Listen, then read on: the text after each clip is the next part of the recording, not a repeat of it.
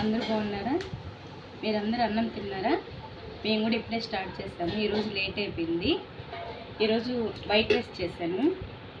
నేను తింటున్నా అండి ఆల్రెడీ, అందుకని సగం తినేసాక గుర్తొచ్చింది వీడియో తీయాలని, లేదంటే ఫస్ట్లోనే వీడియో తీసేస్తుంటాను.